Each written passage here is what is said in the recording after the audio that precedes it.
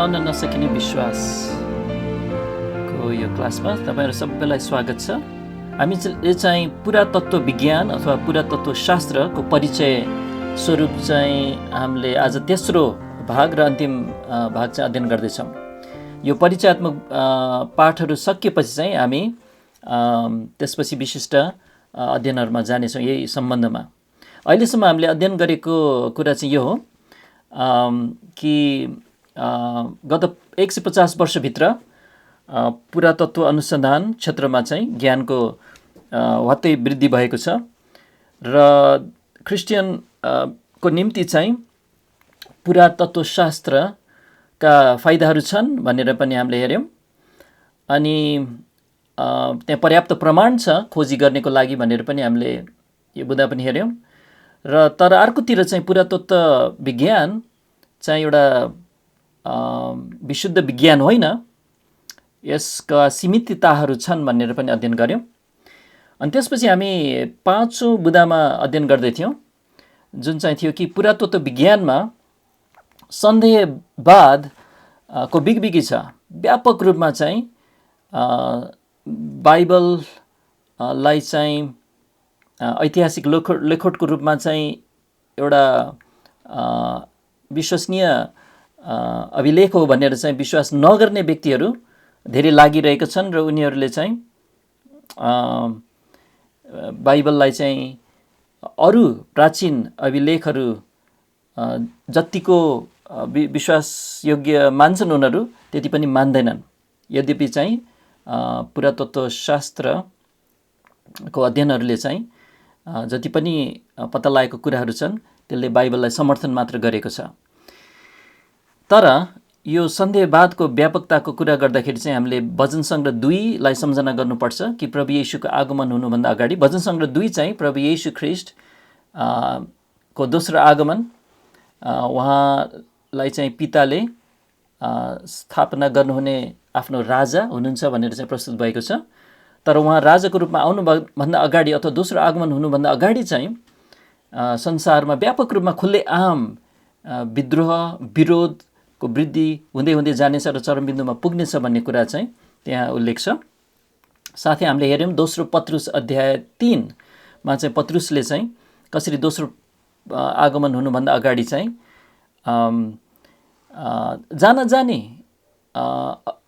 अविश्वासी रहन चाहन्छन् अनि उनीहरूले चाहिँ यस्ता सिद्धान्तहरूलाई चाहिँ उनीहरूले अपनाउने छन् जसले गर्दा चाहिँ उनीहरूले परमेश्वरको आउनेवाला न्याय र को विषयमा चाहिँ उनीहरू अजान रहन, जस्तो उनीहरूले विगतमा भएको जलप्रलय इत्यादिलाई चाहिँ उनीहरूले चाहिँ नकार्ने छन् भन्ने खालको कुराहरू हामीले अध्ययन गर्यौं। र गिल्ला गर्नेहरू चाहिँ उठ्नेछन् भन्ने कुरा, त्यसैले त्यो समयमा अहिले जिरहेका छौँ। अनि त्यसैले अचम्मको कुरा होइन कि सुरुबाट नै जब पुरातत्व विज्ञानको सुरुवात भयो त्यहाँ चाहिँ सन्देहवादले व्यापक रूपमा चाहिँ ठाउँ ओगटिरहेको थियो र झन्झन बढिरहेकै छ। र त्यसैले हामीले त्यहाँ विभिन्न व्यक्तिहरू जेम्स ब्रेस्टेड जस्ता व्यक्तिहरूको बारेमा उल्लेख गर्यौं र त्यहाँ अझ थुप्रै अरू व्यक्तिहरू छन्। तर अहिले एउटा बुँदा त्यसमा थपेर चाहिँ अर्को बुँदामा जान लागिरहेछन्। त्यो के भने इभान्जेलिकल। अब यो शब्दको माने पनि बुझिराख्न आवश्यक छ। इभान्जेलिकल भनेको त सुसमाचारवादीहरू हो, त्यो त राम्रो सुनिनु पर्ने हो। तर इभान्जेलिकल अहिले भनिँदाखेरि चाहिँ उनीहरू प्रभु येशूको सुसमाचार जानेर पनि अथवा जानेका छौँ अथवा मुक्ति पाएका छौँ भन्ने व्यक्तिहरू भएर पनि अथवा त्रिएकतालाई इन्कार गर्दैनन्, येशू ख्रीष्टको ईश्वरत्वलाई उनीहरूले विश्वास गर्छौँ भन्छन्, बाइबल परमेश्वरको वचन हो पनि भन्छन्। तर अर्कोतिर चाहिँ उनीहरू वास्तवमा संसारलाई खुसी पनि पार्न चाहन्छन्। इभान्जेलिकलहरू चाहिँ कि त यो नेपालमा क्रिस्चियनहरू वास्तवमा उनीहरूलाई इभान्जेलिकल क्यारिजमेटिक र उनीहरू व्यापक अधिकांश रूपमा इभान्जेलिकलहरू हुन्। हामीले चाहिँ आफूलाई हामी क्यारिजमेटिक होइन पनि भन्छौँ, हामी इभान्जेलिकल मात्र पनि होइन भन्छौँ, किन त्यो शब्द इभान्जेलिकलले चाहिँ धेरै सम्झौता गर्ने व्यक्तिहरू भनेर जनाउँछन्, जस्तो हामीले हेर्न लागिरहेका छौँ। हामी चाहिँ आधारभूतवादीहरू भन्न सकिन्छ। अमेरिका इङ्ल्यान्डतिर चाहिँ त्यो शब्द प्रयोग हुन्छ, फन्डामेन्टलिस्ट भनेको चाहिँ हामी बाइबलको आधारभूत बाइबललाई हाम्रो आधार बनाएका छौँ है। त्यसैले हामी बाइबलको यताउता जाँदैन, हामी बाइबल विश्वास गर्ने आधारवादीहरू, फन्डामेन्टलिस्टहरू। तर इभान्जेलिकलहरू चाहिँ हामीभन्दा फरक के छन् भने उनीहरूको सम्झौताले गर्दा अनि अलगपन्थालाई उनीहरूले अपनाउँदैनन्, अनि उनीहरू क्रम विकासवादलाई पनि ठाउँ दिन खोज्छन्, अनि बाइबल चाहिँ पूर्ण रूपमा परमेश्वरको अचूक प्रेरणा गरिएको पुस्तक हो भन्ने कुरामा चाहिँ उनीहरू सम्झौता गर्छन्। खालखाल छन्, तर यो इभान्जेलिकलवाद चाहिँ सानो कुरा होइन। प्राय जसो त्यसैले पुरातत्व शास्त्रमा पनि लागेका इभान्जेलिकल व्यक्तिहरू समेत उनीहरूलाई पनि हामीले भरोसा गर्न सक्दैनौँ। विद्याको घमण्डले ग्रस्त छन् उनीहरू, अनि सम्बन्धित विज्ञानमा मानिएका ठुला नाम भएका सन्देहवादीहरूको दृष्टिमा हामी चाहिँ बाइबल च्याप्नेहरू भनेर उनीहरू वर्गीकृत गरिनलाई उनीहरू रुचाउँदैनन्। यस हेतुले उनीहरूले चाहिँ विश्वासलाई स्वीकार गर्ने इभान्जेलिकहरू समेत बाइबल अचूक छ भनेर अडान लिनदेखि शर्माएका छन्। अनि बाइबलले चेतावनी दिन्छ कि खराब सङ्गतहरूले असल चरित्रहरूलाई बिगार्दछ। एकचोटि त्यो पद हेरौँ हामी, 1 कोरिन्थी 15 को 33 पदमा। 1 कोरिन्थी 15 अध्याय को 33 पद। पावलले यहाँ चेतावनी दिएका छन् परमेश्वरको प्रेरणाद्वारा, आत्माद्वारा, धोका नखाओ, खराब सङ्गतहरूले असल चरित्रहरू बिगार्छन्। त्यसैले इभान्जेलिकल भनिने क्रिस्चियनहरू चाहिँ यी ठुला नाम भएका सन्देहवादी तर पुरातत्व शास्त्रमा विज्ञहरू मानिनेहरू लाई चाहिँ धेरै सम्मान गर्छन् अनि उनीहरूको विचारहरूसँग धेरै सङ्गत गर्छन्। त्यसलाई बाइबलले जाँच्नुको सट्टामा उनीहरूले चाहिँ संसारको यो वैज्ञानिक प्रणालीहरूलाई चाहिँ उनीहरूले धेरै आदर गरेकोले अनि त्यो सम्मान पाउने एउटा विद्याको घमण्डले पनि उनीहरू चाहिँ प्रभावित भएका छन्। अनि थुप्रै इभान्जेलिकलहरू त्यसैले बाइबललाई विश्वास नगर्ने यी विद्वान भनिनेहरूको पाउमा बसेर तालिम लिएका हुनाले उनीहरूलाई नकारात्मक प्रभाव परेको छ। पवित्र शास्त्रको ईश्वरीय प्रेरणाको विश्वासलाई समाति राख्न खोज्ने इभान्जेलिकलहरू पनि छन्, तर धेरै पटक उनीहरू समेत यो अविश्वासी बाइबल विद्वानहरू भनिने अविश्वासीहरूसित चाहिँ सम्झौता गरेका छन्। कस्तो कस्तो विषय भने कि जस्तो कि 6 दिनमा सबै थोक सृष्टि गरिएको हो भन्ने बाइबलको शिक्षालाई उनीहरूले इन्कार गरेका छन्। साथै उनीहरूले चाहिँ मिस्रमाथि जुन विपत्तिहरू आए र लाल समुद्रलाई इजरायलीहरूले पार गरे, ती घटनाहरूलाई समेत चाहिँ आंशिक रूपमा त्यो प्राकृतिक कुनै तरिकाले भयो होला भन्ने कुरालाई चाहिँ ठाउँ दिन पुगेका छन्। जस्तो कि लाल समुद्रलाई अङ्ग्रेजीमा रेड सी भनिन्छ, अनि उनीहरूले चाहिँ त्यो रेड सी भने कि रेड सीको अलि नजिक एउटा रिड सी, रिड भनेको त निगालोहरू, झारहरू, सिमसार भएको ठाउँ, अनि त्यस्तो ठाउँमा पानी त थोरै हुन्छ, त्यस्तो ठाउँबाट गएका हुन् उनीहरू भनेर जुन अविश्वासीहरूले चाहिँ लाल समुद्र पार गरेको घटनालाई उनीहरूले चाहिँ प्राकृतिक बयान गर्न खोजेका छन्। अनि कति इभान्जेलिकहरूले चाहिँ सायद त्यसरी नै भयो होला भन्छन्। त्यसको विषयमा चाहिँ एउटा कुरा भनौँ न। ल, यदि घुँडासम्म आउने त्यो रिड सी एउटा सिमसारबाट उनीहरू भएर गएको हो भने मलाई प्रश्न उठ्छ, अब परमेश्वरले मिस्र देशको त्यत्रो सेनालाई कसरी डुबाउनु भयो त? त्यसैले खास मेलै खाँदैन यी सब प्राकृतिक तरिकाले बयान जब गर्न खोजिन्छ बाइबलको आश्चर्य कर्महरूलाई। अनि त्यसैले यो सम्झौताले झन् धेरै समस्या ल्याउँछ। सदोम र गमोराको विध्वंस कसरी भयो? सायद त्यो बेलामा भुइँचालो गयो होला।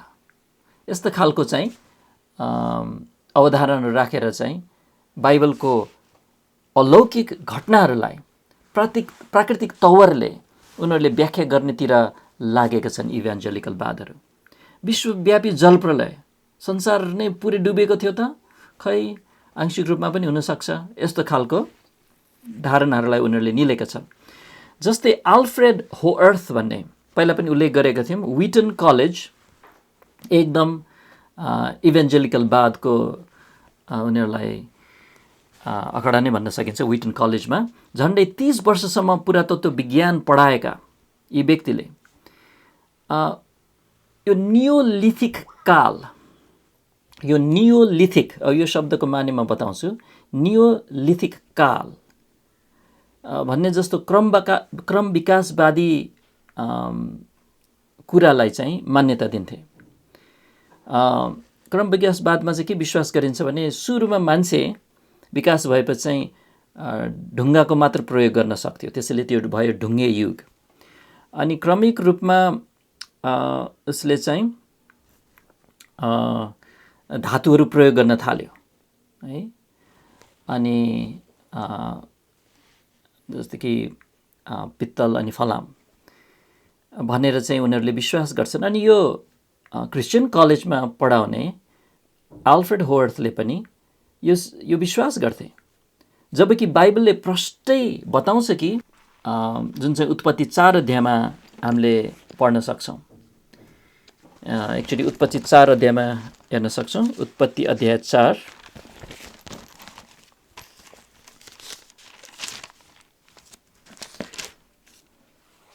अनि उत्पत्ति 4 अध्यायको 22 पदमा उल्लेख छ, अनि सिल्ला त्यसले पनि तुबल कैनलाई जन्माई, त्यो चाहिँ पित्तल र फलामको हरेक प्रकारको हतियार बनाउने वाला भयो। त्यसैले आदमका सुरुकै सन्तानहरूले यी धातुहरूको प्रयोग गर्न जान्थे। क्रम विकासवादीहरूले चाहिँ यसलाई इन्कार गर्छन्।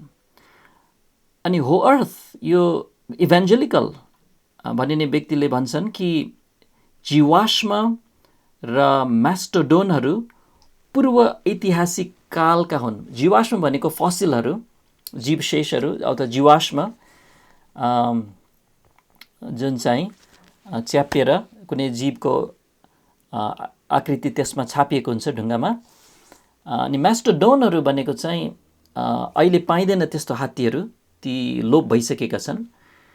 ती चाहिँ बडे ठुला हात्तीहरू र लामा लामा रौँ भएका हात्तीहरू थिए मास्टोडोनहरू, अनि ज्यादै ठुला, त्यसका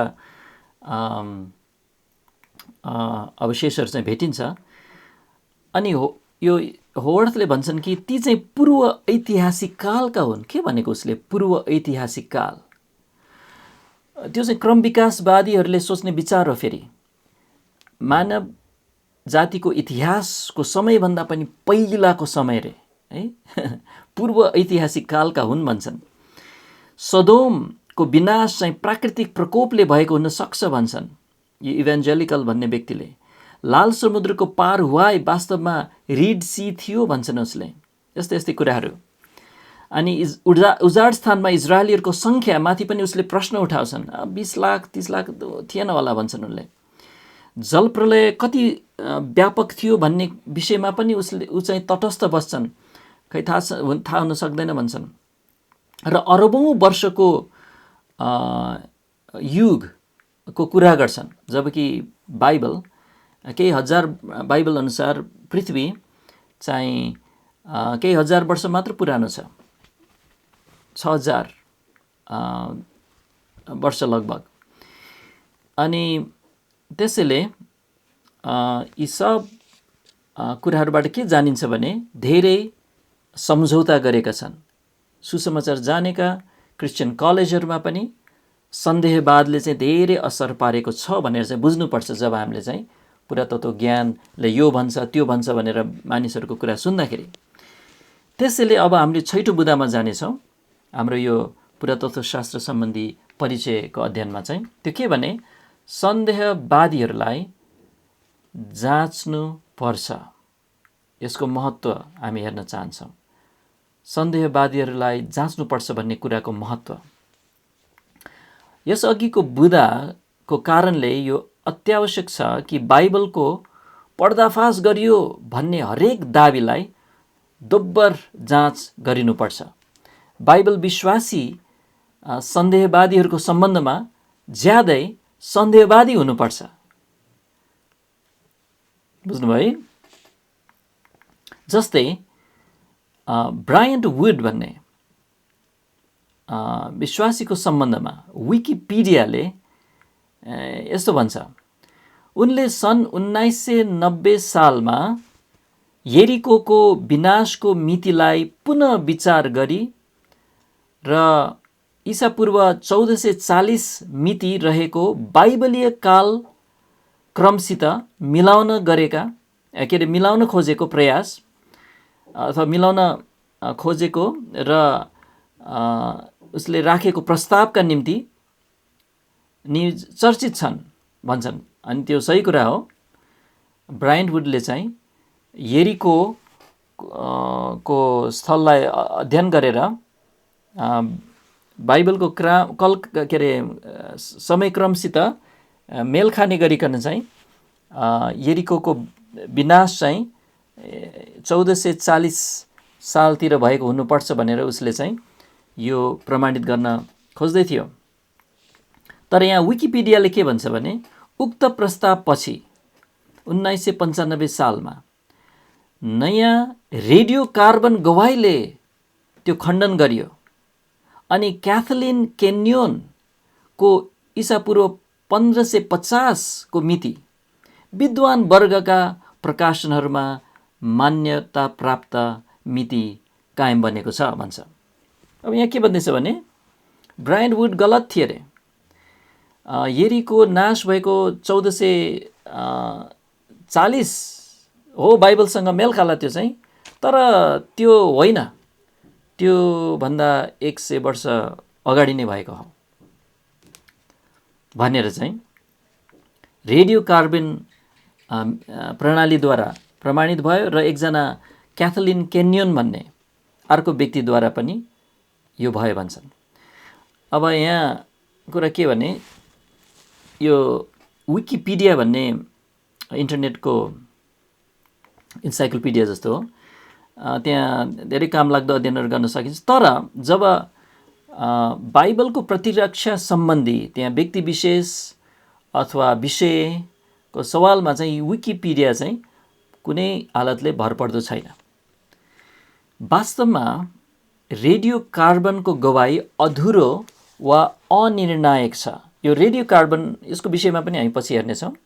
त्यो चाहिँ मिति निर्धारण गर्न खोज्ने एउटा तरिका हो, तर वास्तवमा त्यो तरिका ज्यादै अधुरो छ र अनिर्णायक छ। अनि यो प्राय यस्तै हुने गर्छ, तर वास्तवमा त्यो चाहिँ त्यो केन्योनको मितिको विपरीत पनि छ र बाइबल सम्मत ब्रायन्ट वुडको अडानलाई बरु समर्थन गरेको छ। अनि त्यो चाहिँ प्रकाशन गरिएको सामग्रीमा छ। साथै किन यो क्याथलिन केन्योनको विश्लेषणलाई इन्कार गरिनुपर्छ भनेर ब्रायन्ट वुडले विभिन्न कारण दिएका थिए, तर तीमध्ये एउटैलाई पनि विकिपिडियाले चाहिँ उल्लेख गरेर उल्लेख समेत पनि गर्दैन। निम्न तर्कहरूलाई विचार गर्नुहोस्। पहिलो चाहिँ क्याथलिन केन्योन, यो चाहिँ बाइबल विरोधी भनेर भन्दा तपाईँलाई स्पष्ट होला। क्याथलिन केन्योनले चाहिँ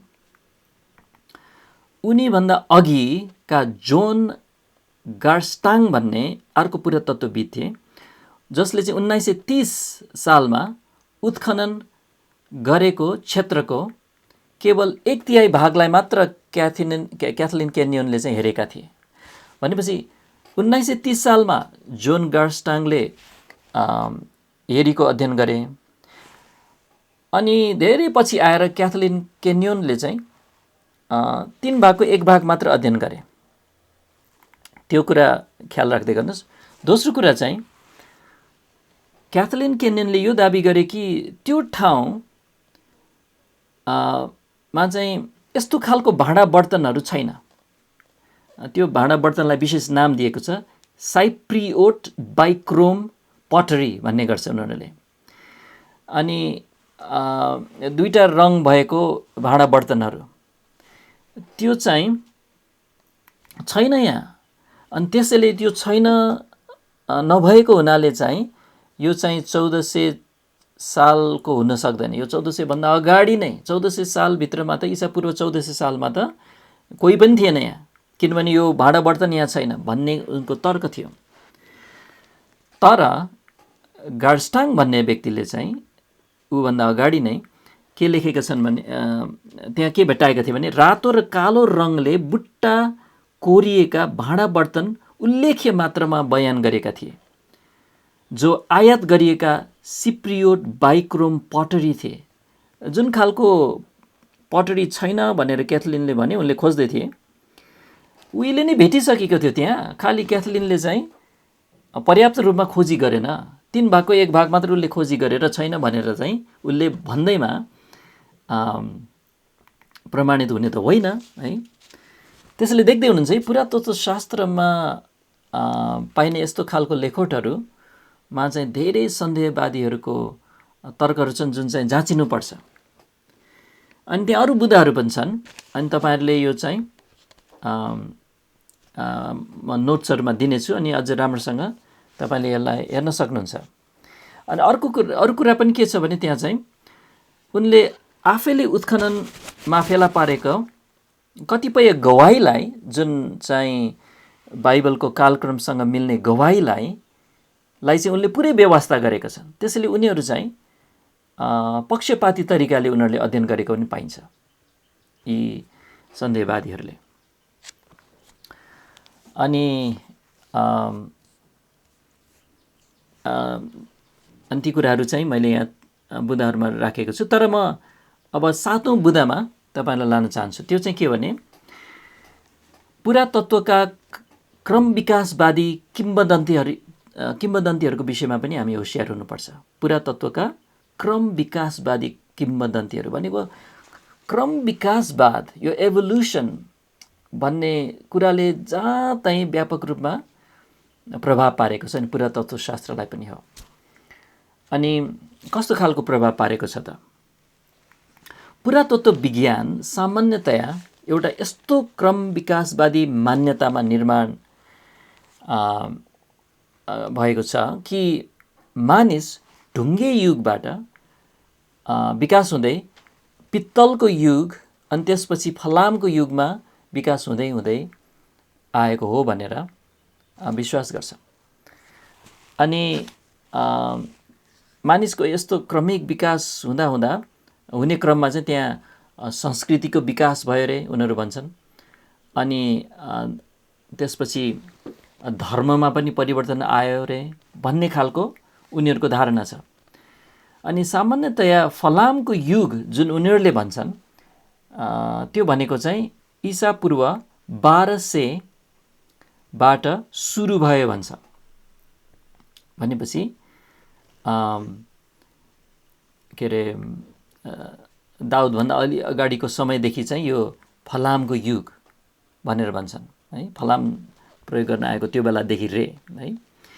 जस्तै फ्रेडरिक केनियनले चाहिँ यर्दन बेसीको भौगोलिक बनोटहरूलाई हेऱ्यो है। यर्दन बेसी जहाँ चाहिँ यर्दन नदी बगिरहेको छ, त्यो निकै खाल्डो छ, समुद्र सतहभन्दा पनि मुनि छ है। गालिलदेखि मृतसागरसम्म त्यो नदी बग्दैछ। त्यो बेसीलाई उसले त्यहाँको भौगोलिक बनोटहरूलाई हेरेर के भन्छ भने 20 लाख वर्ष अगाडिका भयानक भूगर्भिक हलचलले चाहिँ यो बनेको हो अरे है।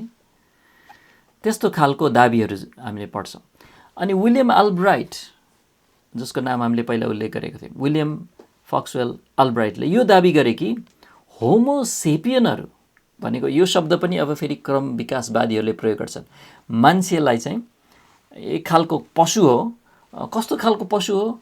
यसलाई होमोसेपियन भनेर नाम दिन्छन् है। अनि यो विलियम अल्ब्राइट जो नामुद पुरातत्त्व शास्त्री हो, उनले यो दाबी गरे कि होमोसेपियनहरूले आफ्नो कलात्मक क्षमतालाई विकास गरेको समय चाहिँ ईसापूर्व 30,000देखि 20,000 ताका हुन् रे।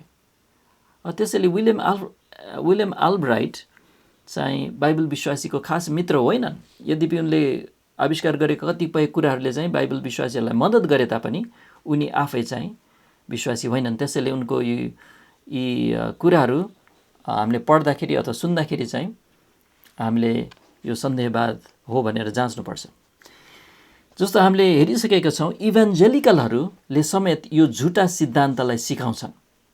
अब यहाँ विश्वासी हुँ भन्नेहरूले पनि यो सिकाइरहेको कुरालाई चाहिँ म भन्दैछु। यहाँ फेरि त्यो विटन कलेजको पुरातत्व विभागका भूपू डाइरेक्टर आल्फ्रेड होवर्थका निम्न अभिव्यक्तिलाई विचार गर्नुहोस्। उनले भन्छन्, जीवाश्महरू र मास्टोडोनहरू, जब अघि पनि उल्लेख गरेका थिएँ, फेरि दोहोऱ्याएको जस्तो हुन्छ, तर यो तपाईँलाई यो फेरि बुझ्न मद्दत होला। जीवाश्महरू र मास्टोडोनहरू त्यो अहिले लोप भइसकेका हात्तीहरू पूर्व ऐतिहासिक कालका हुन् रे, मान्छे हुनुभन्दा अगाडिका हुन् रे। खेतीपाती र पशुपालन गर्न थालिएको समयदेखि लिएर धातुको प्रयोग हुन थालेको समयसम्मको अवधिलाई जनाउन नियोलिथिक भन्ने शब्दावली प्रयोग गरिन्छ। क्रम विकासवादी शब्दावली हो यो।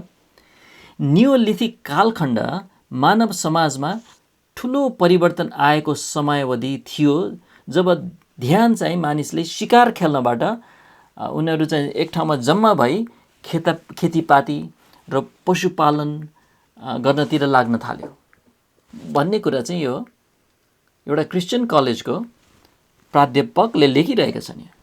उनले भन्छन्, नियोलिथिक कालमा धातुको कुनै औजार थिएनन्। यो कहाँबाट उसले यो भन्दैछ? यो सब क्रम विकासवादको विचार हो। वास्तवमा पूर्व ऐतिहासिक युग भन्ने त्यहाँ कहिले थिएन, अनि मानिसले धातुको प्रयोग नगरेको कुनै समय थिएन। यी त सब क्रम विकासवादी मिथ्या धारणा मात्र हुन्, झुटा धारणा हुन्। बाइबलले प्रष्टै बताएको छ कि आदम लगत्तै पछिका छोराहरूले खेतीपाती गरिरहेका थिए, पशुपालन गर्न र पित्तल र फलामको प्रयोग गर्न जानेका थिए। उत्पत्ति 4 अध्यायको 20देखि 22मा त्यो पढ्न सक्छौँ। अघि हामीले 22 पद पढ्यौँ, तर 20 पददेखि पनि पढौँ।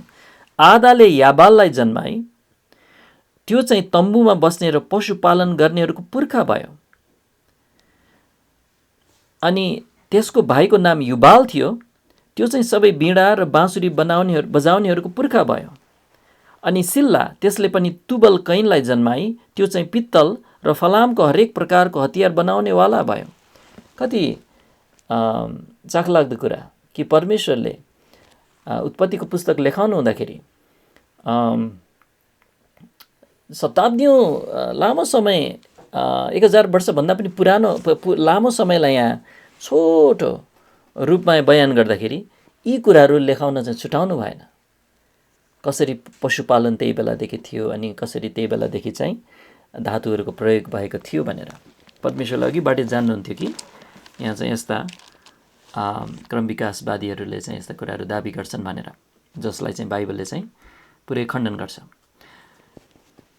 त्यसैले वास्तवमा कथित फलामको युग र काँसको युग जुन चाहिँ क्रम विकासवादीहरूले भन्छन्, त्यो उनीहरूले भनेको समयभन्दा 1500 वर्ष अगाडि नै फलामका औजारहरूको प्रयोग भएको कुरा चाहिँ पुरा तत्त्वले नै प्रमाणित गरिसकेको छ, उत्खनन गरेर भेटिएको छ। काँसको युग, फलामको युग भन्थे, त्यो युगभन्दा पनि अगाडि नै चिजहरू भेटिए। यहाँ चाहिँ म उदाहरण गर्छु। बगदाद चाहिँ इराकको राजधानी हो। बगदादको 80 किलोमिटर उत्तर पूर्वमा मेसोपोटामियाको आज टेल अस्मार भनिने साइटमा, जसलाई प्राचीन समयमा एशुन्ना भनिन्थ्यो, शिकागो विश्वविद्यालयको ओरिएन्टल इन्स्टिट्युटका हेनरी फ्र्याङ्कफोर्टले ईसा पूर्व 2700 को तहबाट एउटा फलामको ब्लेडको गवाई भेटे। उरबाटको स्टिलको सानो बन्चरो र अरू फलामका ज्यादै पुराना सामग्रीहरू पनि भेटिएका छन्। अझ धेरै फलाम नभेटिनाले प्राचीन समयमा फलाम व्यापक रूपमा प्रयोग गरिँदैन थियो कि भन्ने सङ्केत हुन सक्छ। अथवा अर्को कारण पनि यो हुन सक्छ कि फलाम तामाभन्दा छिट्टै र अझ पूर्ण रूपमा खिया लाग्ने हुन्छ र त्यो नाश भइजान्छ, जसले गर्दा त्यो नाश भएको हुनाले उत्खननमा त्यसको गवाही भेटिन पनि गाह्रो परेको हुनसक्छ। अनि त्यही नै हो वास्तवमा। तामाको प्रयोग चाहिँ विभिन्न पुरातात्विक आविष्कारहरूले ईसापूर्व 4300 को समयावधिमा को गवाही पनि दिएका छन् भनेर चाहिँ यहाँ लेख्दैछन्। अब यहाँ मितिहरूको कुरा आउँदाखेरि चाहिँ अब ईसापूर्व 4300 3000 अब यहाँ यसले चाहिँ हामीलाई यो मितिहरूको कसरी निर्धारण गर्छन् भन्ने कुरा आउँछन्। ढुङ्गामा मिति यति मितिको भनेर त लेखा हुँदैन है, त्यसैले कसरी मिति निर्धारण गर्छन् यसको विषयमा पनि हामीले चाहिँ थोरै चर्चा गर्नेछौँ। त्यसैले यो 8 नम्बर बुँदा हो, पुरातात्विक मिति निर्धारण प्रणालीहरू। यहाँ परिचयात्मक रूपमा मात्र हेर्दैछौँ, त्यसैले छोटकरीमा पुरातात्विक मिति निर्धारण प्रणालीहरू क्रम विकासवादी मान्यता र अनिश्चित कार्यप्रणालीमा आधारित छन्। त्यहीँबाट उनीहरूको त्यो मिति आइरहेको छ। सन् 1800 देखि भनेको 200 वर्ष अगाडिदेखि प्राचीन साइटहरू, प्राचीन यो पुरातात्विक ठाउँहरूको मिति निर्धारण गर्न सबैभन्दा भर पर्दो माध्यमहरूमध्ये भाँडा बर्तनलाई लिने गरिएको छ। पटरी, पट, भाँडा बर्तन, माटोले बनेको भाँडाहरू, त्यसको टुक्राहरू, यसलाई सेरामिक टाइपोलोजी भनिन्छ। सेरामिक टाइपोलोजी भनेको चाहिँ खन्दाखेरि चाहिँ भाँडा भेटियो अथवा त्यसको टुक्रा भेटियो, त्यहाँ के लेखिएको छ अथवा लेखिएको छैन, त्यसको डिजाइन हेरियो अनि त्यसको आधारमा चाहिँ मिति निर्धारण गरिन्छ। ए यो तह जहाँ हामीले यो खन्यो यो चाहिँ यति पुरानो हुनुपर्छ भनेर। अब यो बुझ्न कोसिस गरौँ थोरै भए पनि। सन् 1890 सालमा फ्लिन्डर्स पेट्री भन्ने एउटा पुरातत्त्वविदले टेल हेसीका प्रत्येक तहमा आफ्नै खालको छुट्टै किसिमको भाँडा बर्तन अथवा पटरी भएको अवलोकन गरे। समयको अन्तरालमा पटरीको किसिम परिवर्तन हुने गर्थ्यो र एउटा पुरातात्विक तहमा एक किसिमको पटरीको बढी मात्रा भेटिए त्यसले चाहिँ एउटा छुट्टै समयलाई चाहिँ जनाउँछ भन्ने एउटा थ्योरी अथवा अवधारणा चाहिँ अब चाहिँ प्रयोगमा हुन थाल्यो। अनि यो पटरीमा मिति निर्धारण गर्ने एउटा कार्यप्रणाली हो। यो कार्यप्रणाली सबभन्दा पहिले चाहिँ विलियम अल्ब्राइटले सन् 1920 र 1930 का दशकमा दक्षिणी प्यालेस्टाइनको टेल बिथ मिस्रिममा चाहिँ विकास गरिएको थियो। लगभग 100 वर्ष पुरानो कार्यप्रणाली रहेछ यो, भाँडा बर्तनको आधारमा मिति निर्धारण गर्ने प्रणाली। उनको काम नै सबै आधुनिक सेरामिक टाइपोलोजीको आधार रहेको छ, जो निरन्तर उत्खननहरूद्वारा चाहिँ परिमार्जित गरिँदै आएको छ भनेर यहाँ चाहिँ लेखेको छ। अब पटरी मिति निर्धारण प्रणालीका केही फाइदाहरू त छन्, तर यो ज्यादै अनिश्चित र आत्मगत अर्थ प्रकाशन गर्न त्यहाँ ठाउँ दिने खालको प्रणाली पर्यो। यो एकदम यो पक्का विज्ञान होइन यो फेरि है। यहाँ दुईटा समस्या चाहिँ एकजना पुरातत्त्वविदले चाहिँ सूचित गर्छन्। भाँडा बर्तनबाट चाहिँ मिति निर्धारण गर्न खोज्दाखेरि चाहिँ यहाँ दुईटा कमजोरी छ। नम्बर 1, एक किसिमको पटरीका धेरै थरी भएका हुन सक्छन् नि। एउटै पटरीको पनि अलिअलि फरक हुन सक्छन्।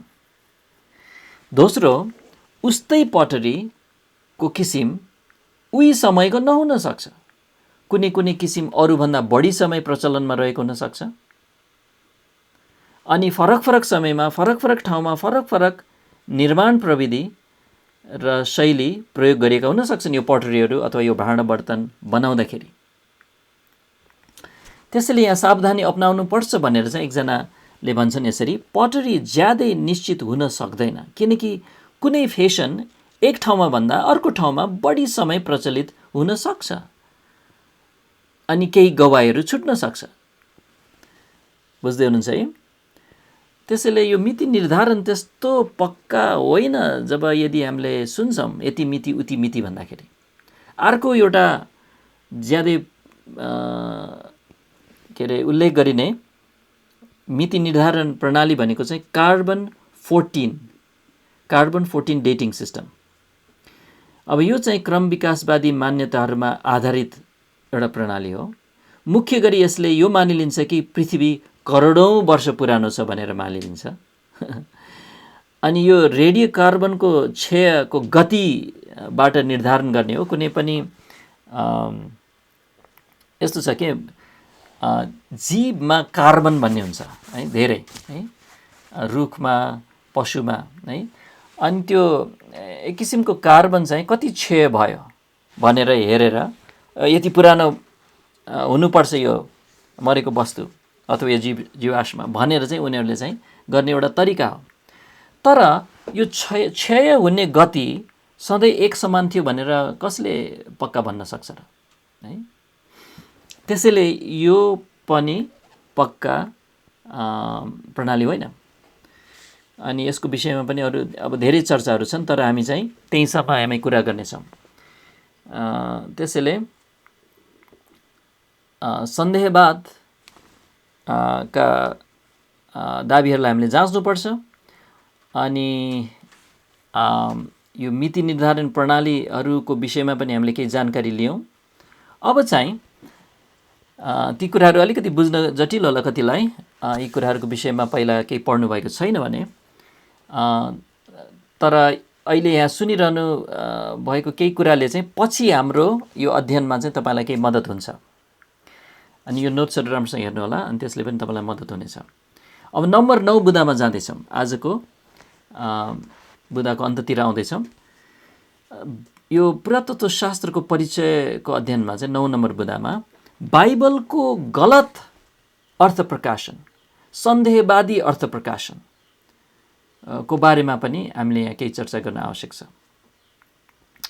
बाइबललाई चाहिँ परमेश्वरको प्रेरणा होबाट आएको हो भनेर विश्वास नगर्ने उदारवादीहरू र यसलाई ऐतिहासिक मान्यता नदिने सन्देहवादीहरू ले चाहिँ बाइबललाई खुबै उल्लेख गर्छन् र यसलाई गलत प्रमाणित गरेको बहाना पनि गर्छन्, हामीले गलत प्रमाणित गरिसक्यौँ भनेर। तर उनीहरूले प्राय एकदमै गलत अर्थ प्रकाशन गर्ने गर्छन्। उनीहरूको सन्देहवादी प्रतिको झुकावले उनीहरूले यहाँ त्यहाँ त्रुटिहरू देख्छन् जब त्यहाँ त्रुटि नै छैनन्। दुईटा उदाहरण यहाँ उल्लेख गर्छौँ। एकजना लेखकले भनेको कुरा उनले भन्छन्, एकजना लेखकले यी पुस्तकहरूको भनेको बाइबलका पुस्तकहरूको ऐतिहासिक जोडको थोरै मात्र मूल्य देखेका हुनाले तिनमा पाइने जानकारीलाई गलत बुझाइ अनुसार पढिएको पाइन्छ। भने मतलब सुरुमा नि उनीहरूले चाहिँ यो ऐतिहासिक पुस्तक होइन करे भनेर उनीहरू त्यो धारणा लिएर आएपछि यहाँ भए नभएका गल्तीहरू देख्न थाल्छन्। उनीहरूको बाइबल पढाइ नै उनीहरूले चाहिँ त्यस्तो दृष्टिकोणबाट आएको हुनाले यहाँ समस्याजनक हुन जान्छ। आलोचकहरू प्राय यो ठान्दछन् कि यहोशू र न्यायकर्ताको पुस्तकहरूले कनान भूमि अथवा कनान देशको कब्जाको बेमेल तस्बिरहरू प्रस्तुत गर्छन् भनेर उनीहरूले दाबी गर्छन्। यहोशूले भनेको र न्यायकर्ताको पुस्तकमा लेखेको मेलै खाँदैनन् उनीहरूको दाबी, जसले गर्दा तिनको ऐतिहासिक विश्वसनीयतामा थप सन्देहवाद बढाउँछ। मानिन्छ कि यहोशूको पुस्तकले कनानमा धेरै हिसाबले सफल फौजी कब्जाको कहानी बताउँछ भनेर उनीहरूले भन्छ। उनीहरूले भन्दैछ यहोशूको पुस्तक पढ्दा चाहिँ सरासर कनान कब्जा गरिरहेको हामीले पढ्छौँ सैन्य बलले, जबकि न्यायकर्ताको पुस्तकले त्यो कार्य बढी लम्बा चौडा भएको र जटिल काम कुराको रूपमा प्रस्तुत गर्छ। अब यो दुईटा भनेर उनीहरूले के भन्छन् भने आलोचकहरूले यो तर्क गर्छन् कि यी अभिलेखहरू बीच यी बेमेल कुरा भएकोले यहोशू र न्यायकर्ताका पुस्तकहरूले एक अर्काको ऐतिहासिक विश्वसनीयतालाई कमजोर तुल्याउँछ। उनीहरूको यस्तो खालको तर्क। तर यदि उनीहरूले यहोशूको पुस्तकको र न्यायकर्ताको पुस्तकको उद्देश्य बुझेका भए अनि कनानलाई कब्जा गरेको सम्बन्धी बाइबलको पूर्ण जानकारीहरूलाई मध्यनजर राखेर उनीहरूले पढेका भए बाइबलमा प्रस्तुत गरिएको कनानको कब्जाको ऐतिहासिकता सम्बन्धी यी प्रश्नहरूको धेरै हिसाबमा उनीहरूले चाहिँ जवाफ पाउँथे है।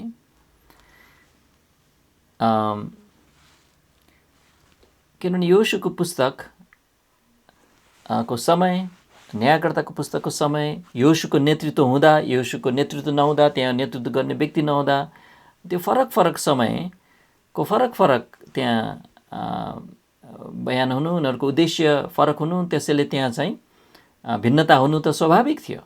उनीहरूले यसलाई चाहिँ अन्तर्विरोधको रूपमा त हेर्नु पर्दैन थियो।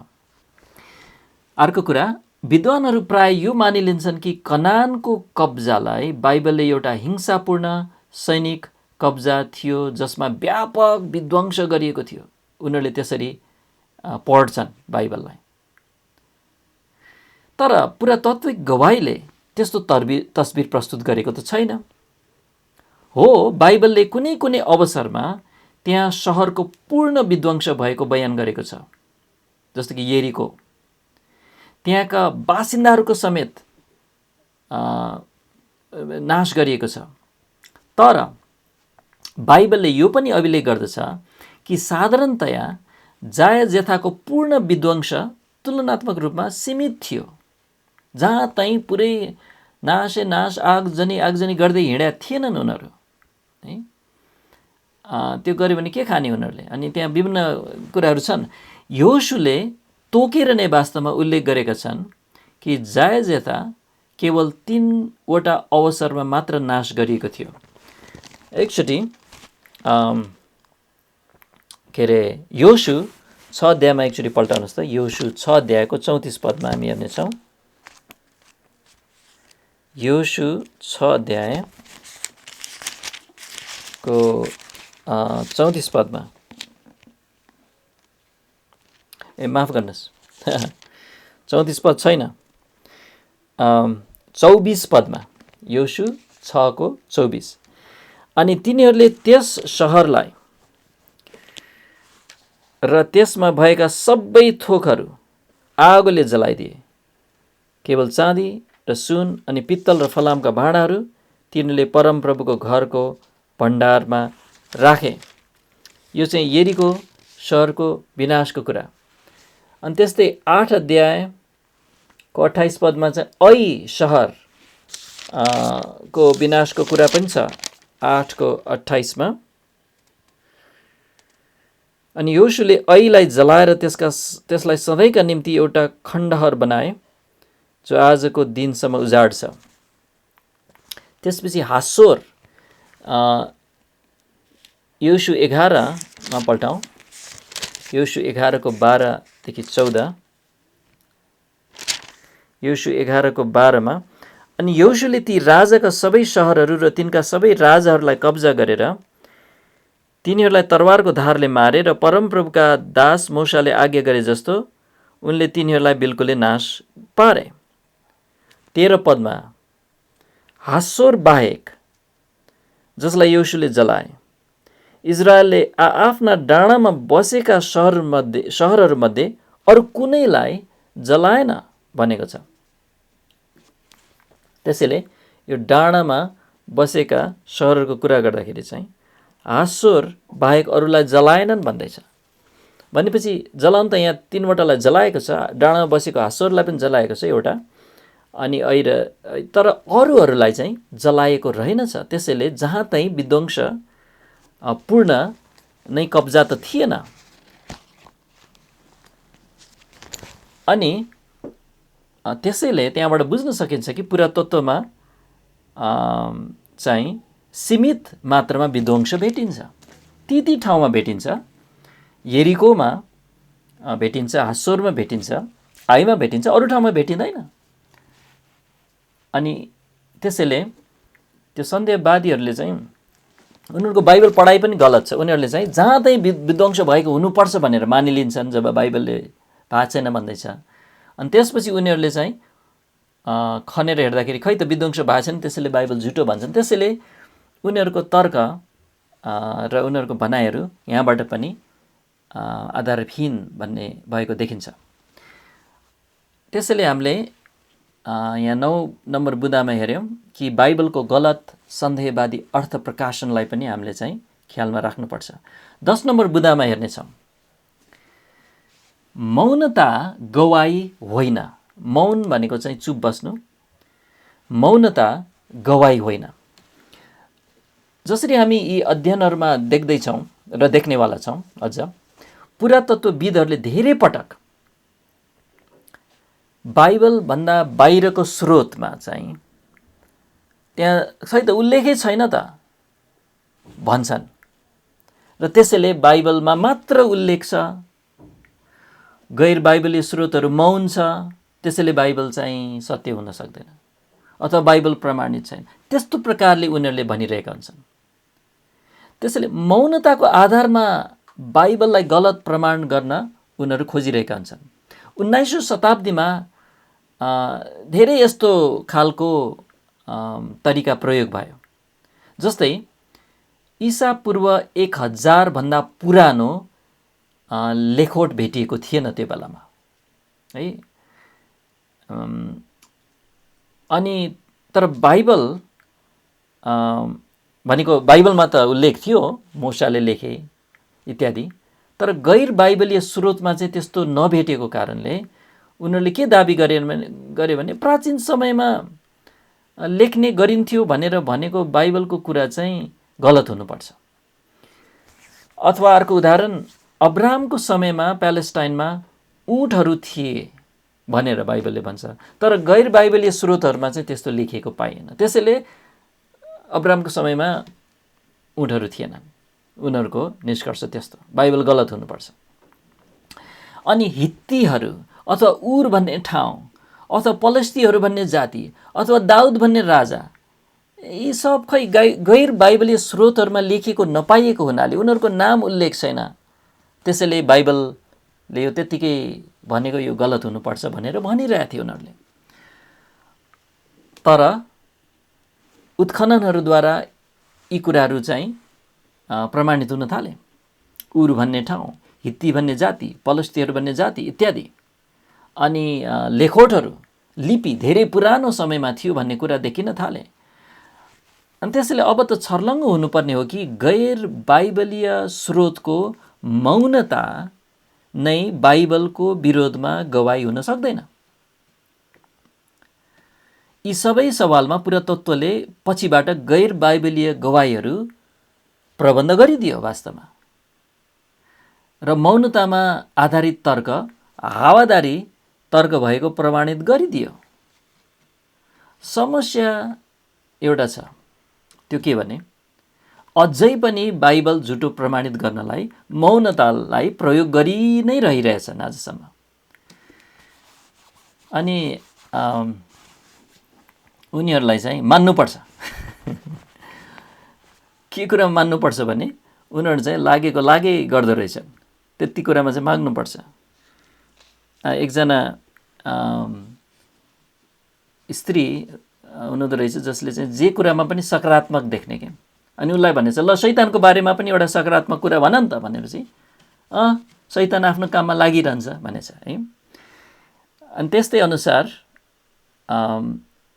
के अरे मौनतालाई चाहिँ एउटा गवाहीको रूपमा मानिराख्ने यी व्यक्तिहरूलाई पनि मान्नुपर्छ।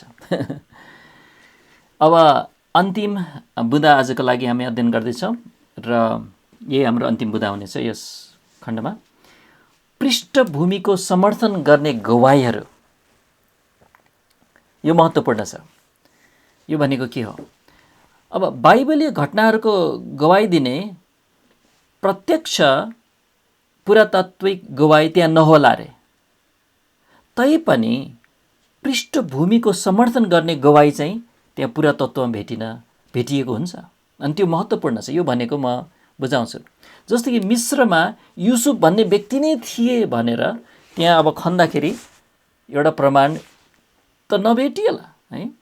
अनि अब्राहम कनानमै थिए भनेर एउटा पुरातत्वमा गवाई त भेटिएन। एउटा ढुङ्गामा अब्राहम भनेर म यहाँ थिएँ भनेर अब्राहमले लेखेको त्यस्तो त भेटिँदैन होइन। त्यस्तोलाई चाहिँ प्रत्यक्ष अभिलेखहरू भनिन्छ। त्यस्तो प्रत्यक्ष अभिलेख त भेटिएको छैन। तर कुरा के भने बाइबलमा पाइने के अरे पुरातत्वमा चाहिँ के अरे उत्खनन गर्दाखेरि चाहिँ त्यस्ता गवाईहरू चाहिँ भेटिन्छन् जुन चाहिँ बाइबलमा लेखेको लेखोटको पुरा बयानलाई हेर्दाखेरि चाहिँ समर्थन गरिरहेको भेटिन्छ। जस्तो कि म उदाहरण दिन्छु, ठ्याक्कै मिलेको भेटिन्छ है। युसुफको नाम अब्राहमको नाम भेटिनु पर्दैन, तर अब्राहमको समयमा उत्पत्ति 12, 13 इत्यादि पढ्दाखेरिको त्यो बयानहरू, त्यो विवरणहरू, त्यो मसिनो मसिनो डिटेलहरूलाई चाहिँ समर्थन गरिरहेको कुराहरू भेटिन्छ। जस्तै एकजना लेखकले लेख्छन्, मिस्रमा युसुफको जीवन सम्बन्धी लेखिएका अध्यायहरू, पोतिफरको घरमा उसको दासत्वदेखि लिएर एउटा गैर मिस्री भएर पनि उच्च पदमा पुगेको कुरा, अनि याकुबलाई कसरी दफन गरिएको भनेर बयान गरेको कुरा, अनि युसुफलाई पनि पछि, अनि त्यसपछि विलाप गरेको कुरा, यी सबैले चाहिँ उक्त देशको संस्कृतिको बारेमा जे थाहा छ त्यससित एकदम मेल खाएको विवरणको रूपमा यो रहेको छ भन्ने कुरा यहाँ नोट गरिएको छ। त्यसैले यो चाहिँ बाइबलको आधिकारिकताको पक्षमा ठुलो प्रमाण हो, किनकि यसले यो प्रमाण गर्दछ कि बाइबलका अभिलेखहरू लेख्ने व्यक्तिहरू, यी लेखकहरूले जुन कुराको विषयमा उनीहरूले लेखे, उनीहरू त्यसको बारेमा ठ्याक्कै जान्दथे। यो बाइबल लेख्ने लेखकहरूले जे लेख्दैछ उनीहरूलाई ठ्याक्कै जान्दथे। र उनीहरूले जुन घटनाहरूको बारेमा उनीहरूले लेखे, ती घटनाहरूसित प्रत्यक्ष नै उनीहरूको चाहिँ सम्बन्ध रहेको कुरा पनि यहाँ देखिन्छ। कसरी? किनभने यदि उनीहरूले लेखेको कुरा, युसुफको घटना, अब्राहमको, यो यदि बनावटी कथा भएको भए, अथवा उनीहरूले त्यो लेखेको चाहिँ त्यो घटना हुनुभन्दा धेरै पछि लेखेका भए, धेरै समयपछि मात्र लेखेका भए, के हुन्थ्यो? उक्त कुरा उनीहरूको त्यो मसिना विवरणमा हेर्दाखेरि त्यसको यथार्थता चाहिँमा अभाव भेटिन्थ्यो। यो चाहिँ होइन, यो मिलेको छैन भन्ने कुराहरू चाहिँ भेटिहाल्थ्यो, किनभने एकदम मसिनो विवरणहरू छन् बाइबलमा। अनि पुरातत्वमा भेटिएको कुनै कुराले पनि यी मसिना विवरणहरूलाई चाहिँ काटेको छैन। त्यसैले देख्नुभयो, यसलाई भनिन्छ पृष्ठभूमिको समर्थन गर्ने गवाईहरू। प्रत्यक्ष गवाई नभए पनि बाइबलको लेखोटहरूको पृष्ठभूमि जुन छ, त्यो समय, संस्कृति, चालचलन, घटनाहरूको मसिना विवरणहरू, त्यसलाई चाहिँ समर्थन गरिरहेको कुराहरू चाहिँ भेटिएको छ। त्यसैले हाम्रो परिचय स्वरूप पुरातत्त्वशास्त्रको परिचय चाहिँ हामीले अध्ययन गर्न भ्यायौँ। अब म तपाईँहरूलाई चाहिँ पुनरावलोकन प्रश्नहरू र यो नोटहरू जम्मै यहाँ कपी गरिदिनेछु स्काइपमा, अनि तपाईँहरूले यो अध्ययन गर्नुहोला। अनि त्यसैले यो कतिलाई अलिक जटिल अथवा गाह्रो खालको अध्ययन भए पनि तपाईँले यो सक्दो बुझ्ने प्रयास गर्नुहोस्, अनि यसले चाहिँ तपाईँलाई बलियो अवश्य बनाउनेछ। हुन्छ, आउनुहोस् हामी प्रार्थना गरौँ, अनि त्यसपछि म यो कपी गरिदिन्छु।